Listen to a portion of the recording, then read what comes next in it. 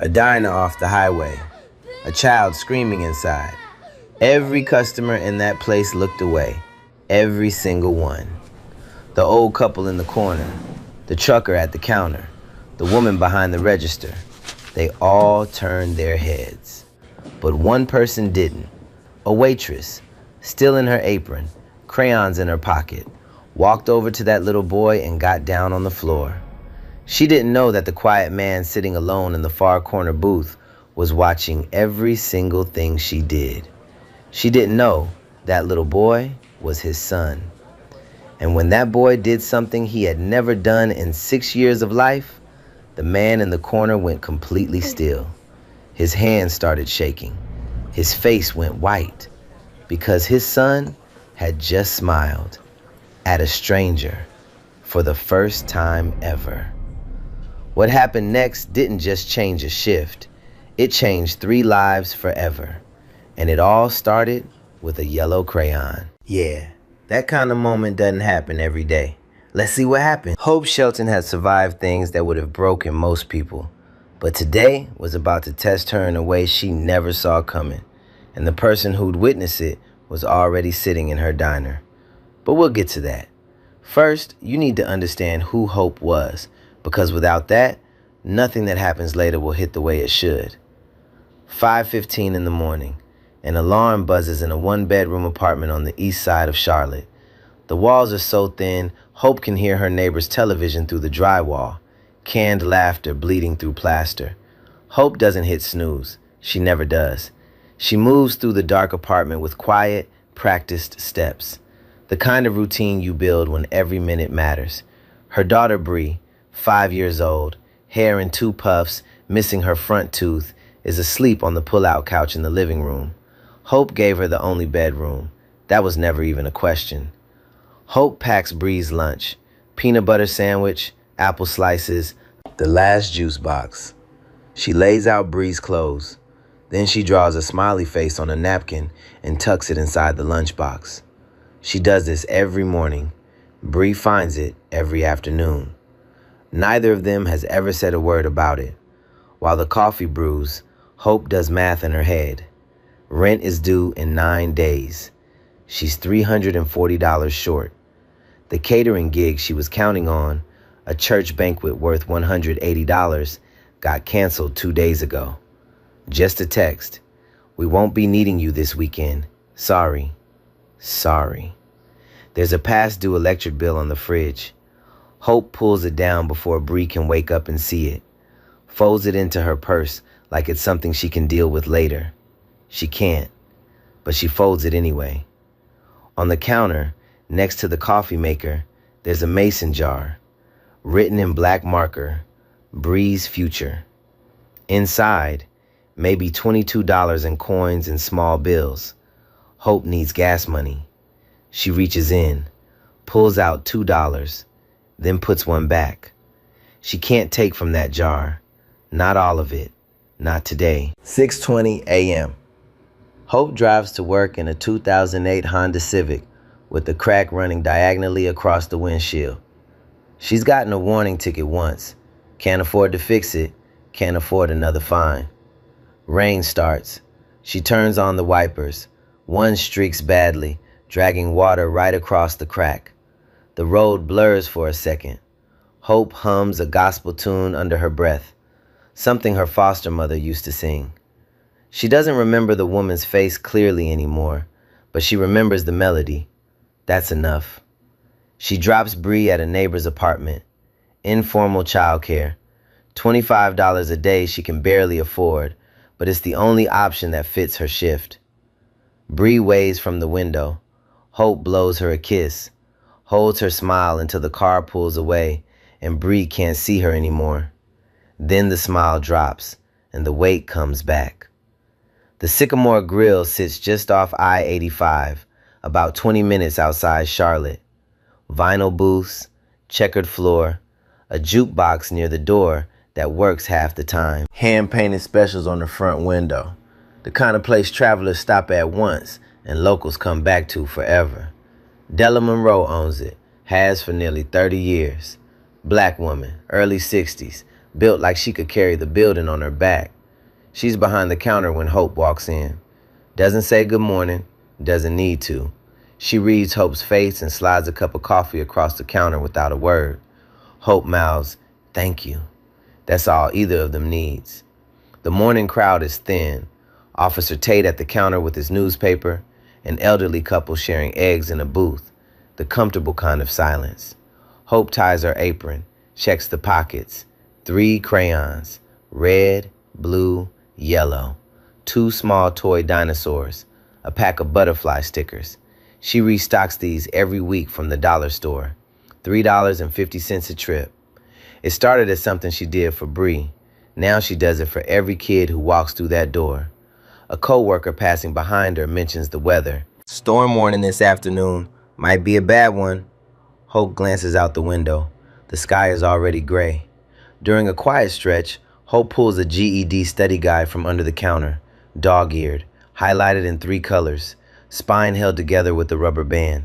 She opens to a section on fractions, mouths the words as she reads.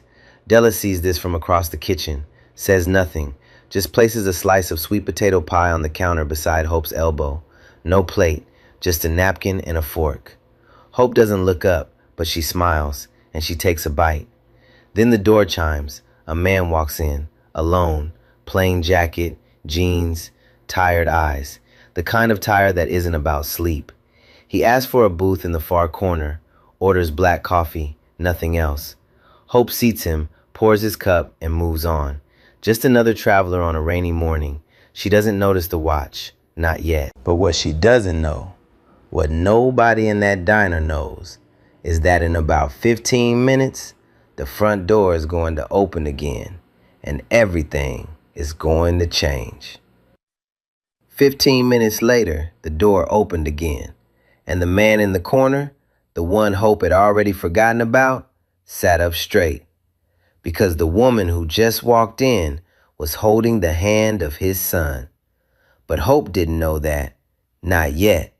And that's what makes everything that follows hit so much harder. Nora Preston walked in, holding the hand of a 6-year-old boy. Mid-50s, professional posture, calm face. The boy beside her was small for his age, eyes cast down, one hand flapping rhythmically at his side, the other clutching a small rubber ball. He was making a low humming sound, steady, constant, like a motor running beneath his skin. Hope noticed right away. The boy didn't look up when she greeted them, didn't respond to her voice, didn't make eye contact. He just kept humming, kept flapping. Nora asked for a quiet booth.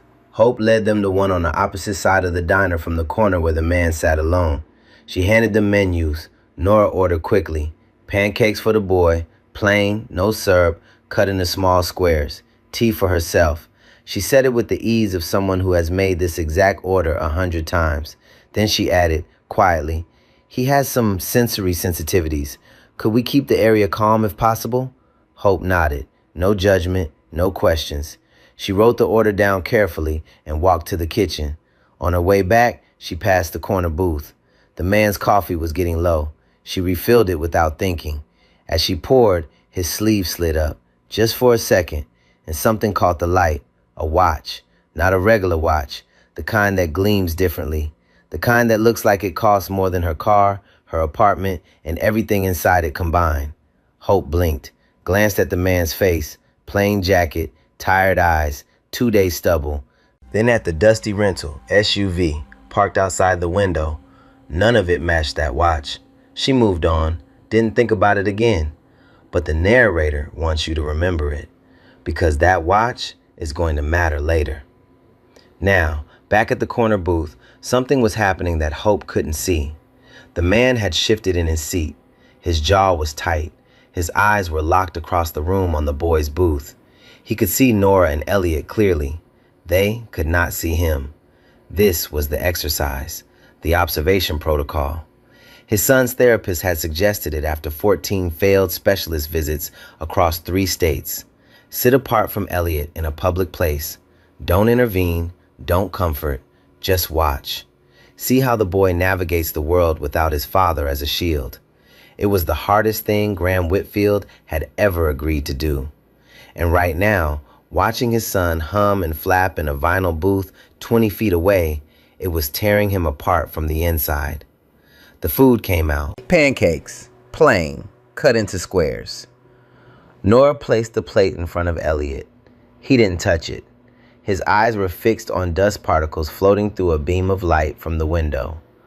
Nora moved the plate closer, gently, the way she'd done 1,000 times. Elliot's humming got louder. Then the jukebox kicked on. A blast of country music, loud, distorted, crackling through old speakers. It filled the diner like a shockwave. Elliot's body went rigid. His eyes went wide. He dropped the rubber ball.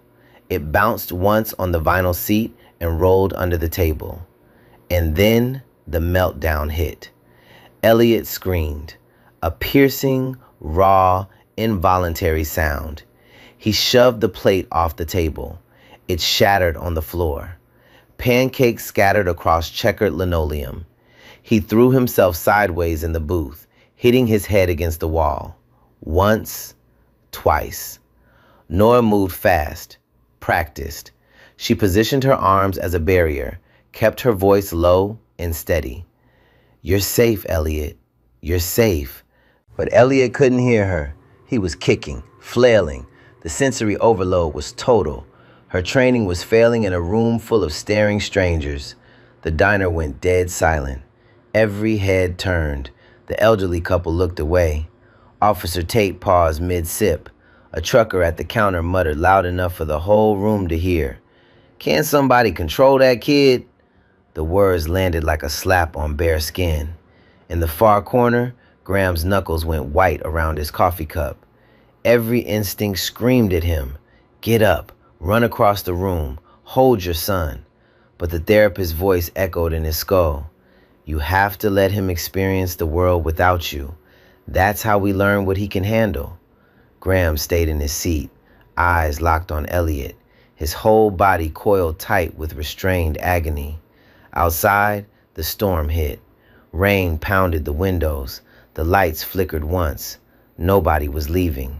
The weather sealed everyone inside. And across the diner, Hope Shelton put down her coffee pot.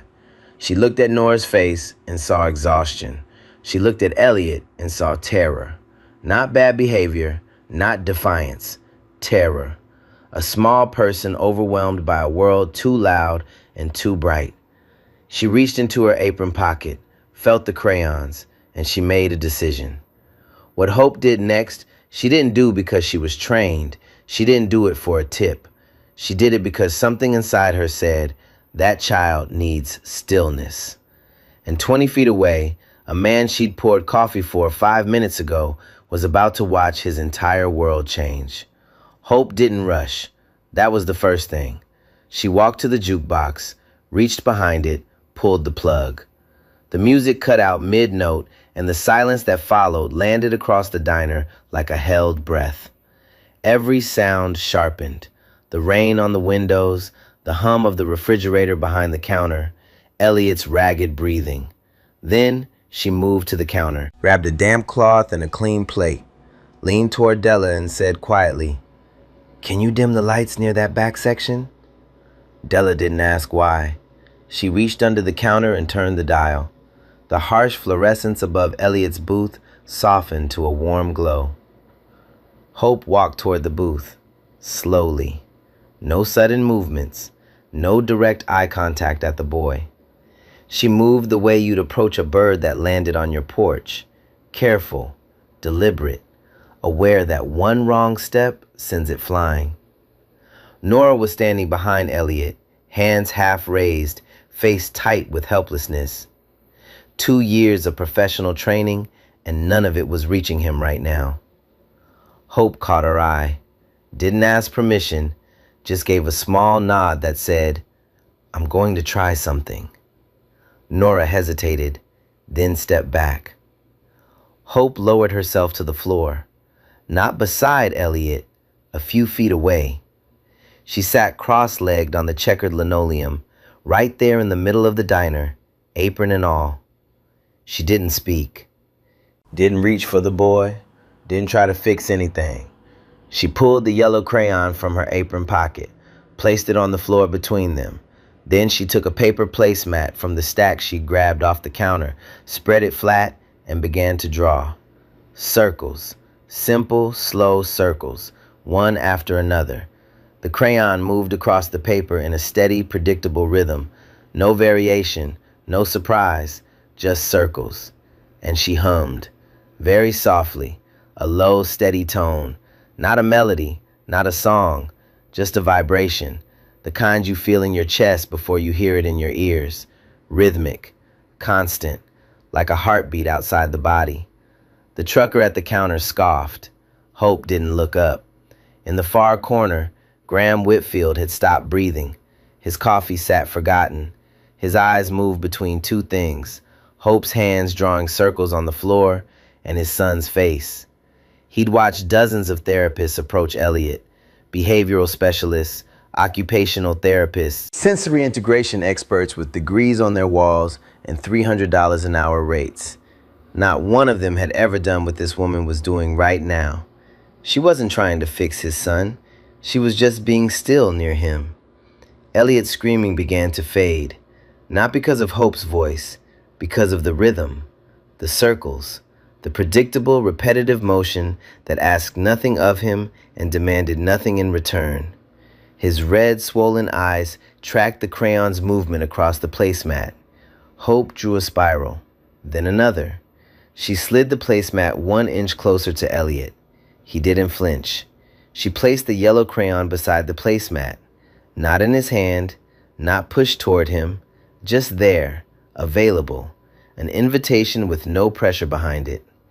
30 seconds passed, a minute. The diner was holding its breath. Nora stood frozen behind the booth, one hand pressed over her mouth. In 2 years of working with Elliot, she had never seen him de-escalate this fast with a stranger.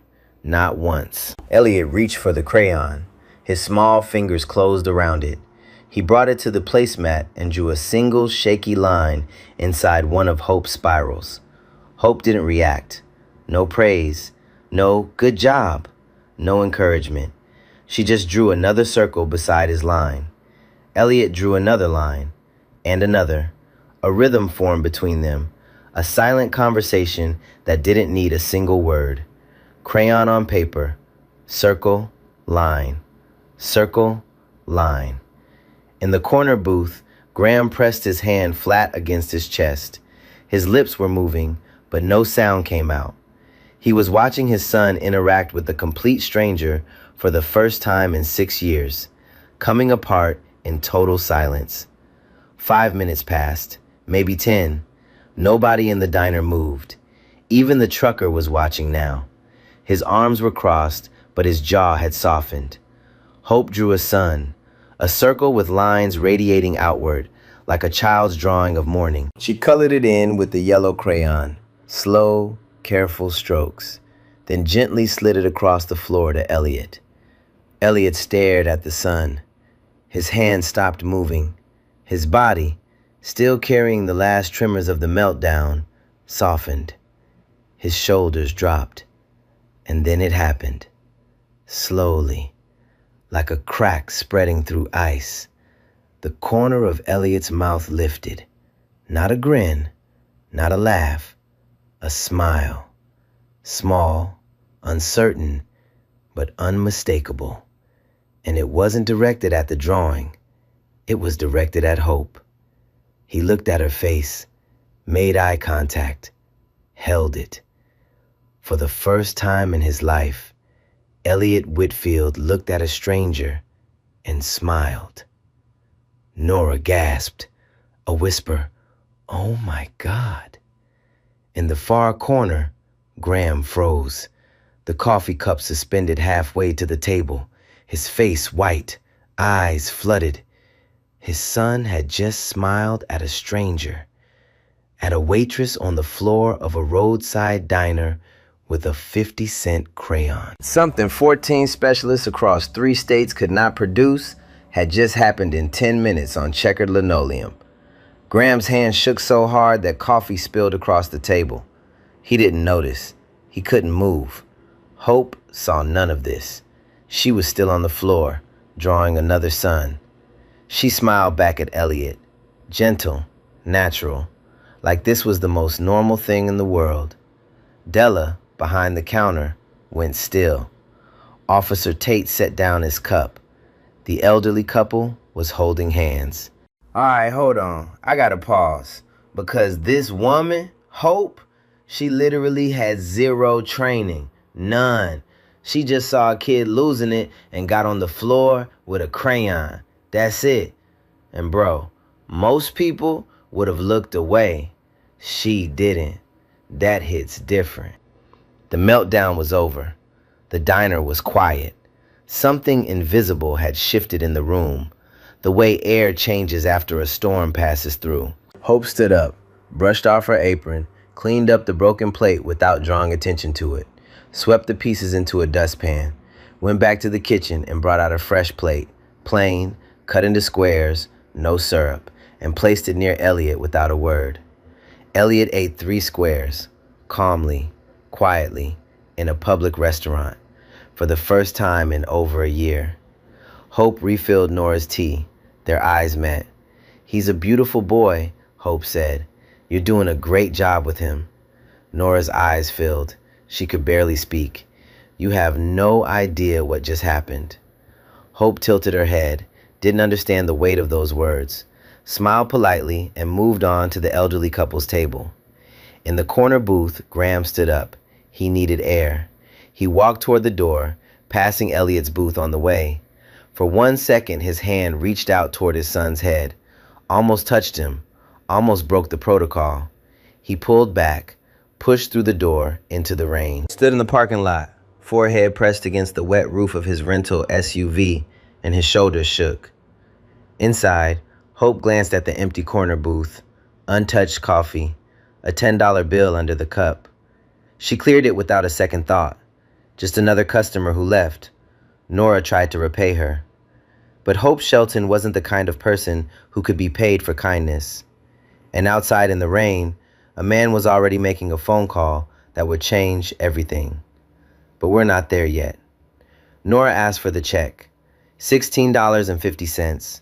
She reached into her purse and placed 5 $20 bills on the table. $100. She slid them toward Hope. "Please, that's all for you."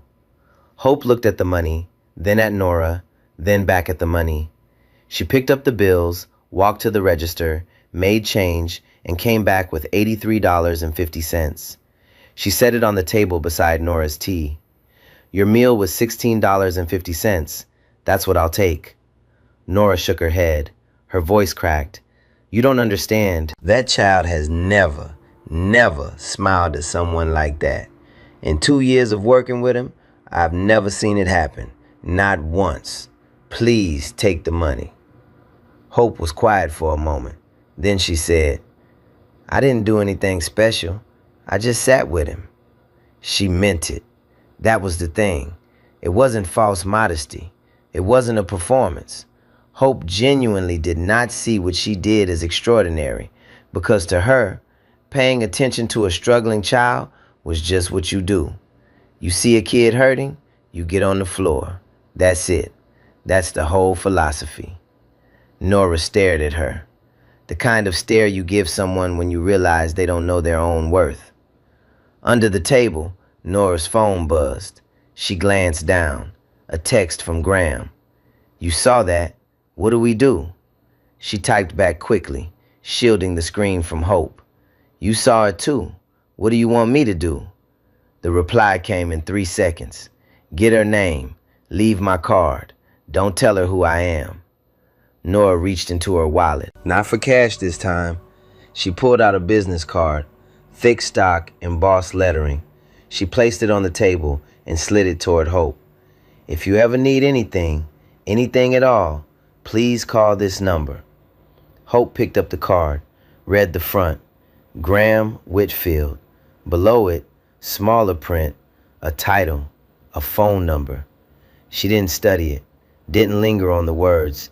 She slipped it into her apron pocket, right next to the crayons. "That's very sweet of you. Thank you." She had no idea what she was holding, no idea whose name was on that card, no idea that the man who owned that name had been sitting 20 feet away watching his son come alive. Nora gathered Elliot's things, his jacket, the therapy binder Nora carried everywhere, the rubber ball that had rolled under the table during the meltdown. But Elliot was still holding the yellow crayon, gripped tight, both hands wrapped around it like it was something precious. Nora didn't take it from him. She knew better. They walked to the door, and at the threshold, Elliot stopped. He turned halfway back toward the diner, toward Hope, and he made a sound, a soft, vowel-like sound. Not a word, but something, an acknowledgement, a tiny bridge thrown across a canyon he'd never tried to cross before.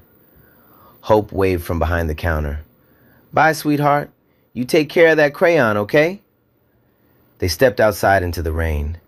Hope watched through the window as Nora led Elliot to a dark SUV she didn't recognize. She didn't see who was driving, didn't see Graham behind the wheel, hands gripping it so hard his knuckles were bone white. Inside the SUV, Nora buckled Elliot into his car seat. The boy was clutching the yellow crayon to his chest, rocking gently, and still smiling. The faintest echo of the smile from the diner floor. Graham turned around from the driver's seat, looked at his son, looked at that crayon. He turned back, stared through the rain-streaked windshield at the glowing diner. What was her name? Hope. Graham closed his eyes. Of course it was. Back inside, Hope put the $83.50 into the shared tip jar, every dollar. Della watched from behind the pie case, said nothing, but the look on her face said everything a mother's look can say. Hope didn't think about the boy or the nanny again that evening, but the man in the SUV, the one she'd poured a single cup of coffee for and already forgotten, he hadn't stopped thinking about her. It was closing time at the Sycamore Grill. The rain had eased to a steady drizzle. Most of the chairs were already up on the tables. Hope was wiping down the last few booths with a damp rag, working her way from the back to the front. She got to the corner booth, the one where the man with the plain jacket had sat. She wiped the table, pushed the napkin holder back into place, and was about to move on when she noticed something wedged between the seat cushion and the wall. A brochure, glossy, trifold. She pulled it out. Luxury resort photos, infinity pools, mountain lodges with floor-to-ceiling windows, beachfront villas with white linen curtains blowing in the breeze. The cover read, "Whitfield and Callaway, where families reconnect." Hope looked at it for a second, flipped it over.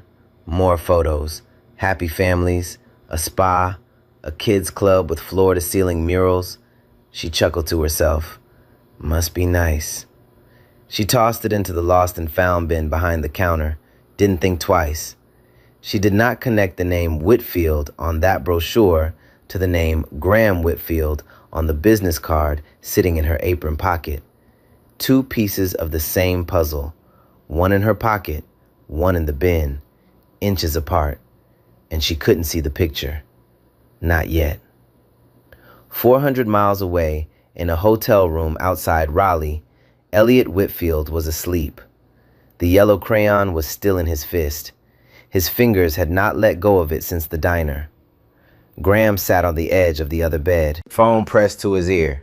"Ray, listen to me. I need you to look into something. A diner off I-85, outside Charlotte, the Sycamore Grill. There's a waitress there. Her name is Hope.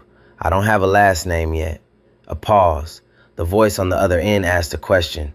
"No, this isn't charity. This is different. I watched her do something today that I've never seen anyone do. Just trust me. Get Patricia on it."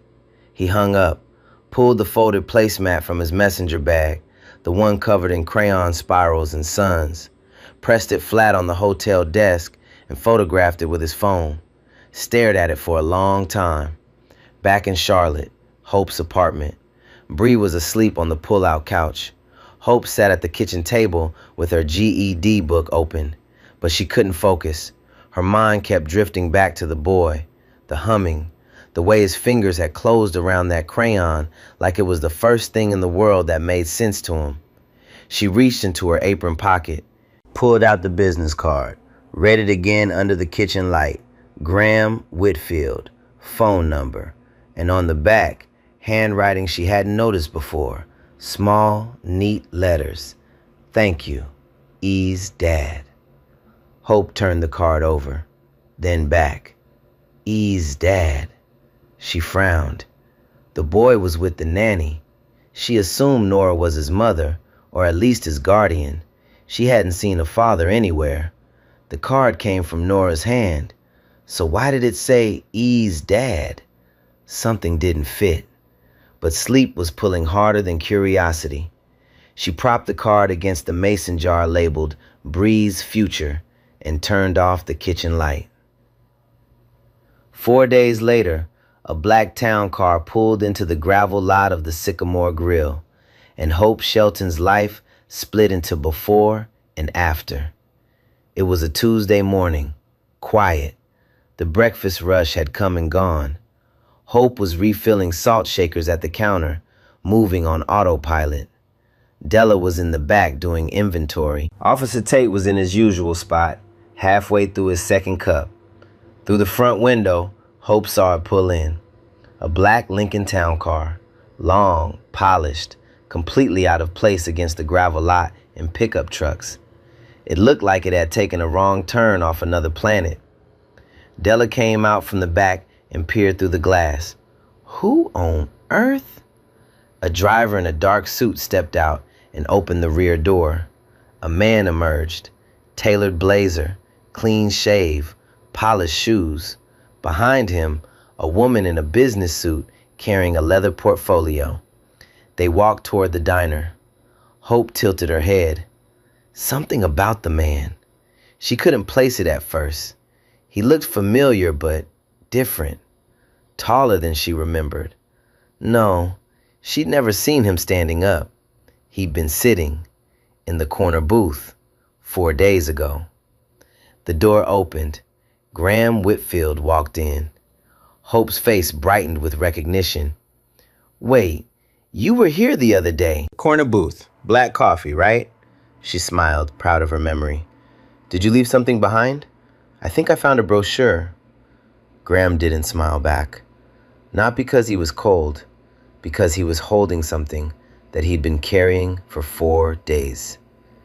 Could we sit down? I need to talk to you about something. Hope led them to a booth.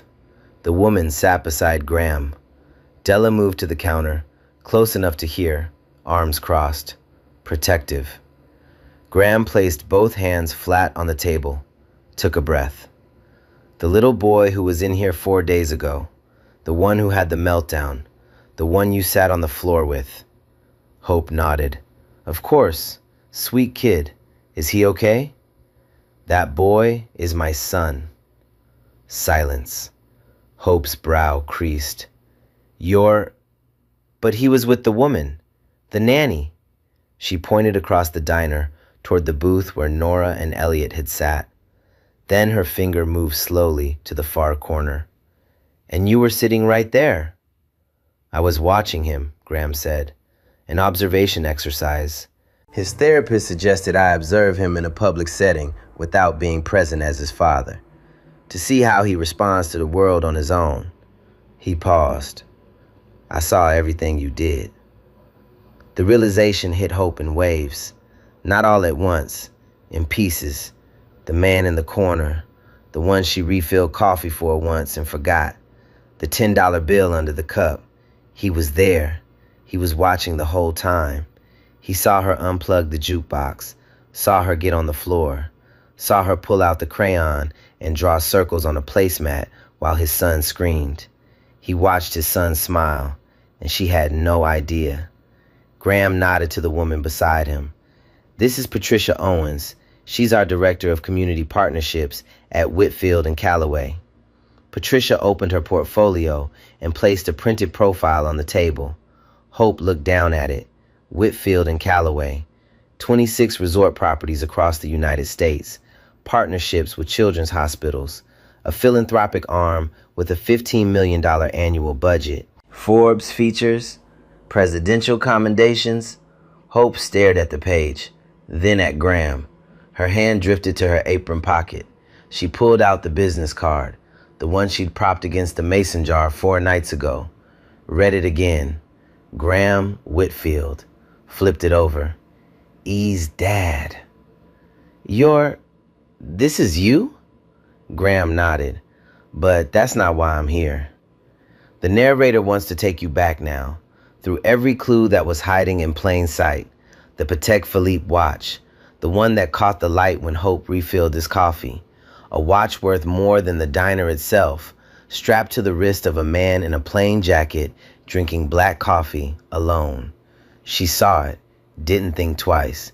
The leather messenger bag on the seat beside him, too fine for a roadside diner, carried like it held something precious, because it did. Inside it was his son's therapy binder and a placemat covered in crayon suns. The brochure Hope found wedged in that same booth after closing.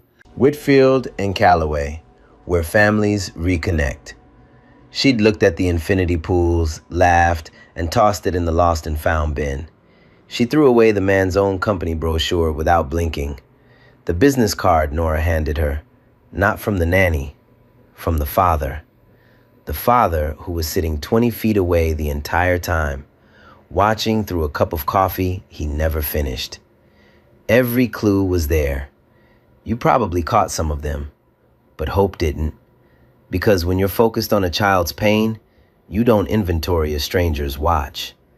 When you're on the floor drawing suns with a crayon, you don't look up to see who's watching. That's not a flaw. That's character. Graham reached into his jacket pocket and pulled out his phone. He opened a video and turned the screen toward Hope. It was Elliot, the next morning, in a hotel room. He was sitting at a desk holding the yellow crayon, drawing circles on hotel stationery, and he was humming Hope's tune, the same low, steady vibration she'd hummed on the diner floor. Graham's voice was barely holding together. He's never repeated a sound from someone outside our family.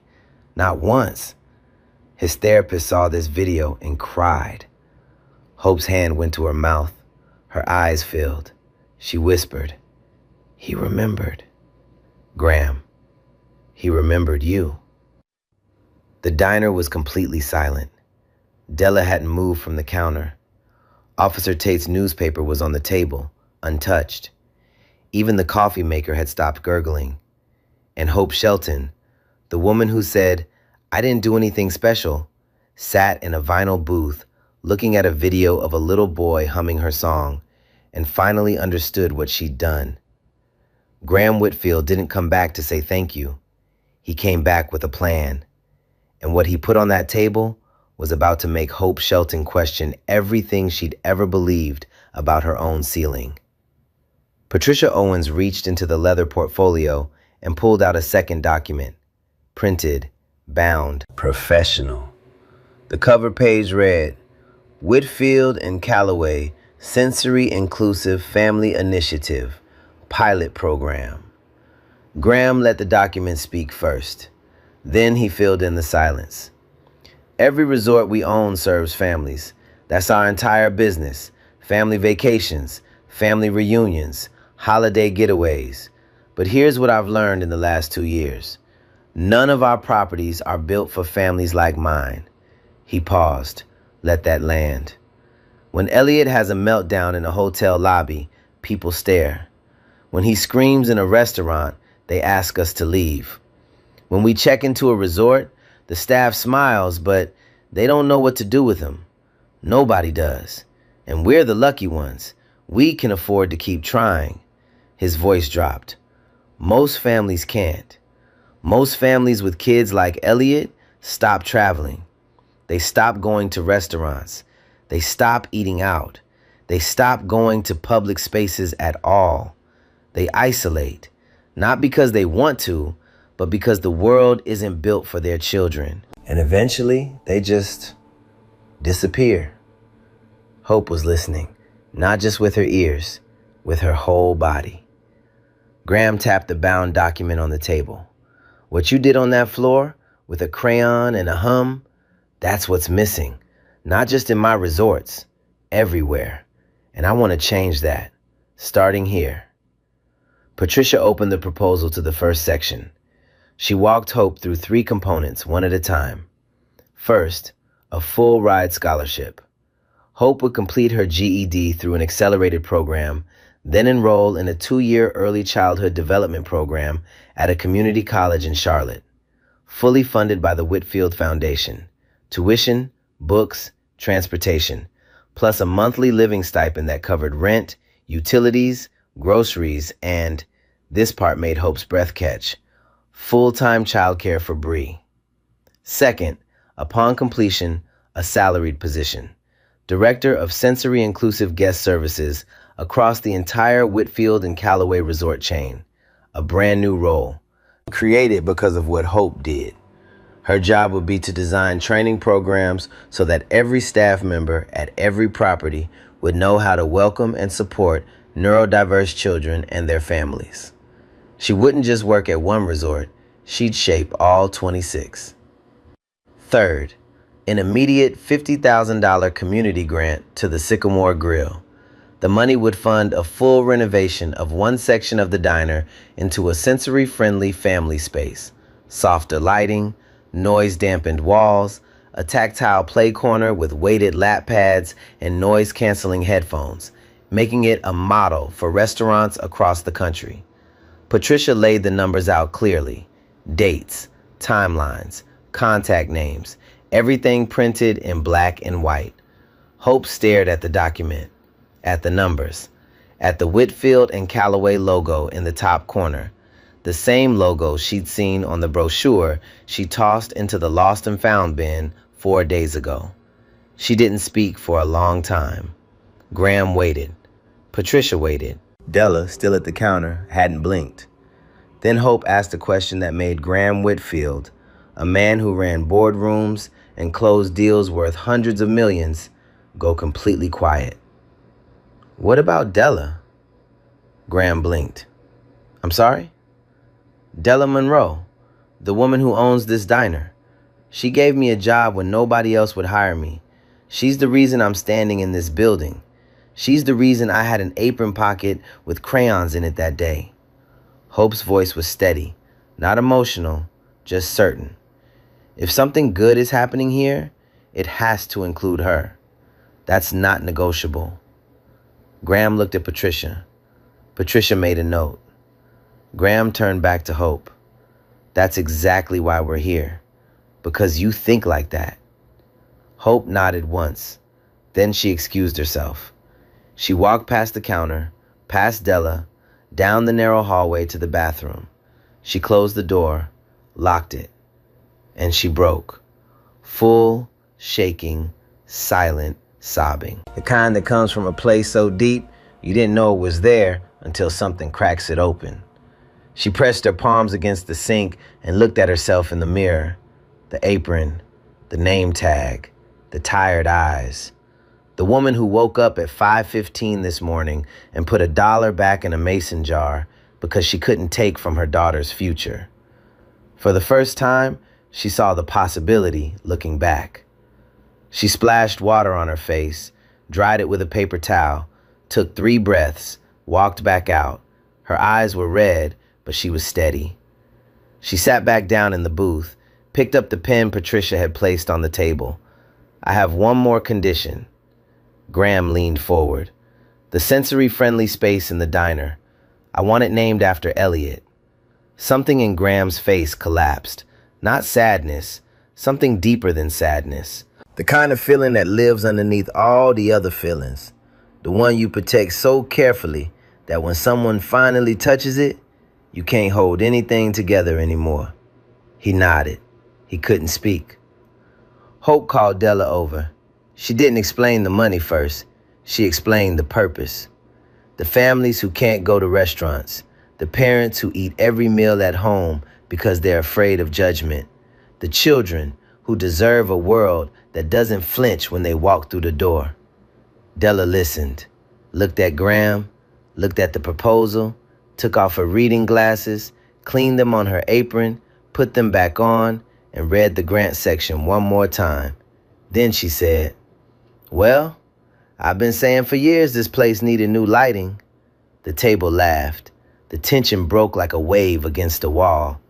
Della grabbed Hope and hugged her so hard she lifted her off the ground.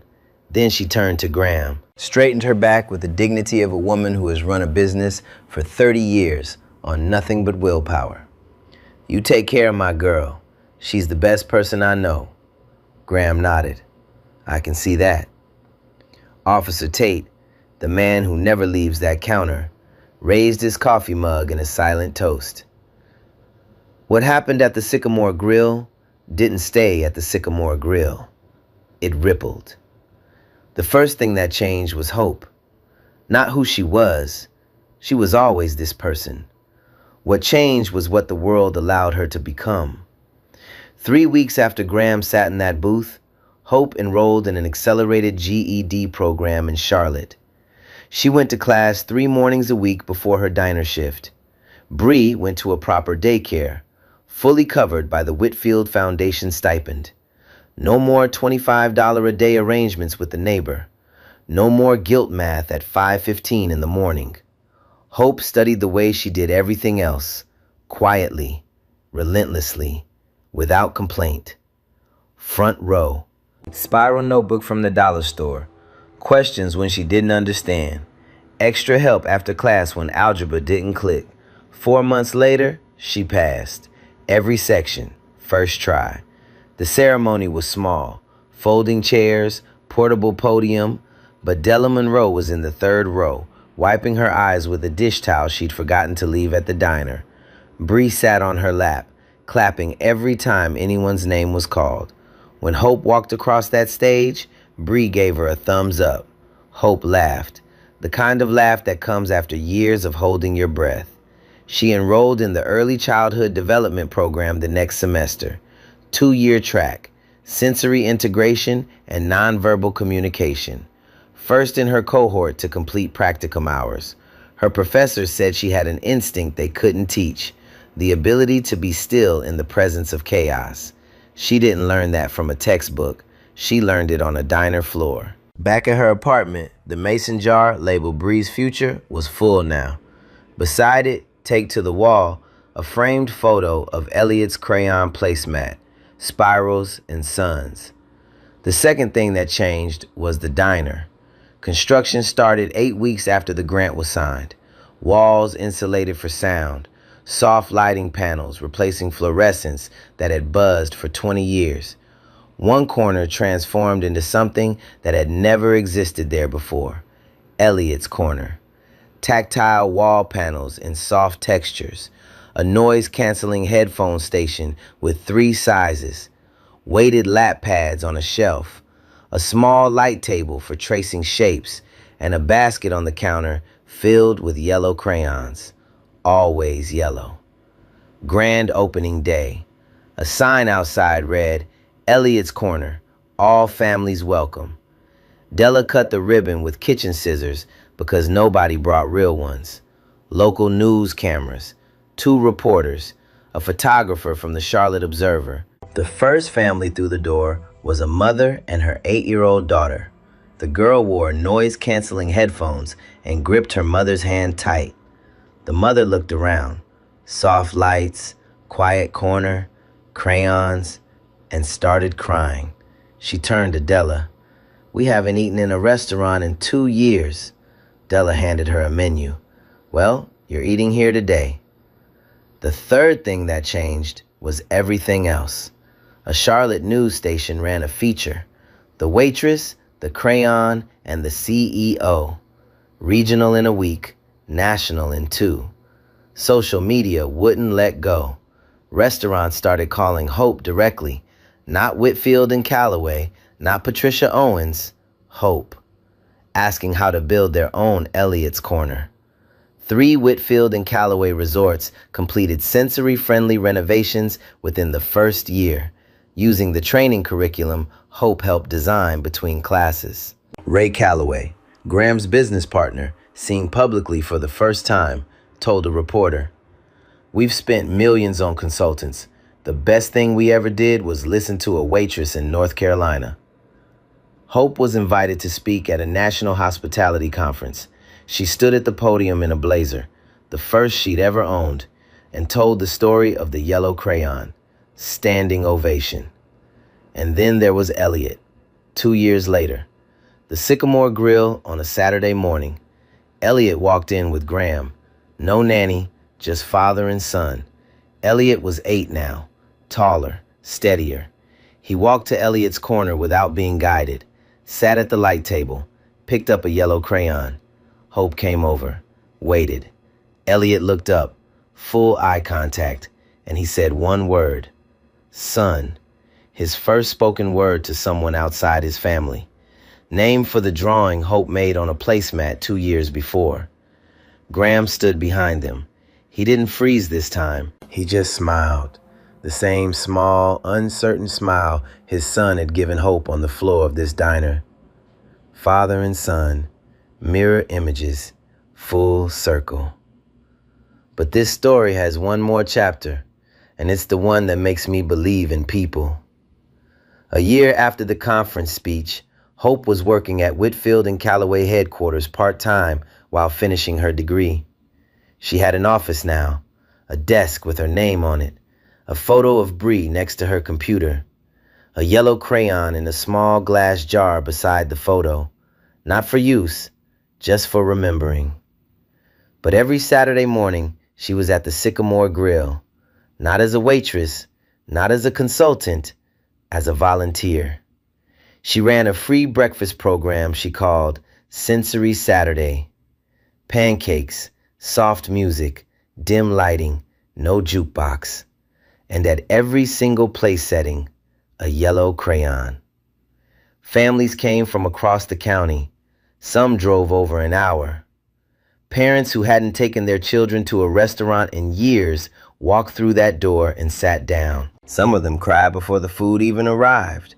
Not from sadness, from relief, from the feeling of being somewhere that was built for their kid instead of against them. Bree helped. She was 6 now. She set the tables every Saturday morning before the doors opened, folded the napkins, placed the crayons, and when a new family walked in looking nervous, the parents scanning the room, the child gripping tight, Bree would walk right up to the kid, hold out a yellow crayon and say, "My mom says everybody's welcome here." Della watched from behind the counter. Same spot she'd stood for 30 years. Same apron, same reading glasses on a chain around her neck. But the look on her face was different now. It was the look of a woman who planted a seed a long time ago and finally got to see what it grew into. The diner's last image, Hope's kitchen. The cracked windshield Honda Civic was gone. Through the window, a modest but reliable car sat in the parking spot. Nothing flashy, just something that started every morning and didn't need a prayer to pass inspection. The past due electric bill was gone from the fridge. In its place, Bree's finger painting of a sun, yellow, with long rays stretching to the edges of the paper, and Hope's framed acceptance letter to the Early Childhood Development Program. The mason jar labeled Bree's Future was still on the counter, full now. But beside it sat a second jar, new label, same black marker handwriting, Elliot's Corner Expansion Fund. And inside Hope's apron, the same apron, washed soft with time, hanging on a hook by the door, there were still crayons in the pocket, always yellow. The narrator's voice, low and steady. Hope Shelton didn't become a different person. She became the person she always was, just with a world that finally let her show it. And it all started because she got on the floor for a boy she didn't know with a crayon she bought for 50 cents while his father watched from a corner booth, frozen, shaking, seeing his son come alive for the very first time. Sometimes the smallest thing you carry in your pocket is the biggest thing someone else needs. So why did I tell this story? Honestly, Hope wrecked me. Like, she literally got on a dirty floor with a crayon for a kid she never met. No clout, no camera, nothing. Just her. And that's the thing. Real kindness doesn't need a stage. It's still out here. I genuinely believe that.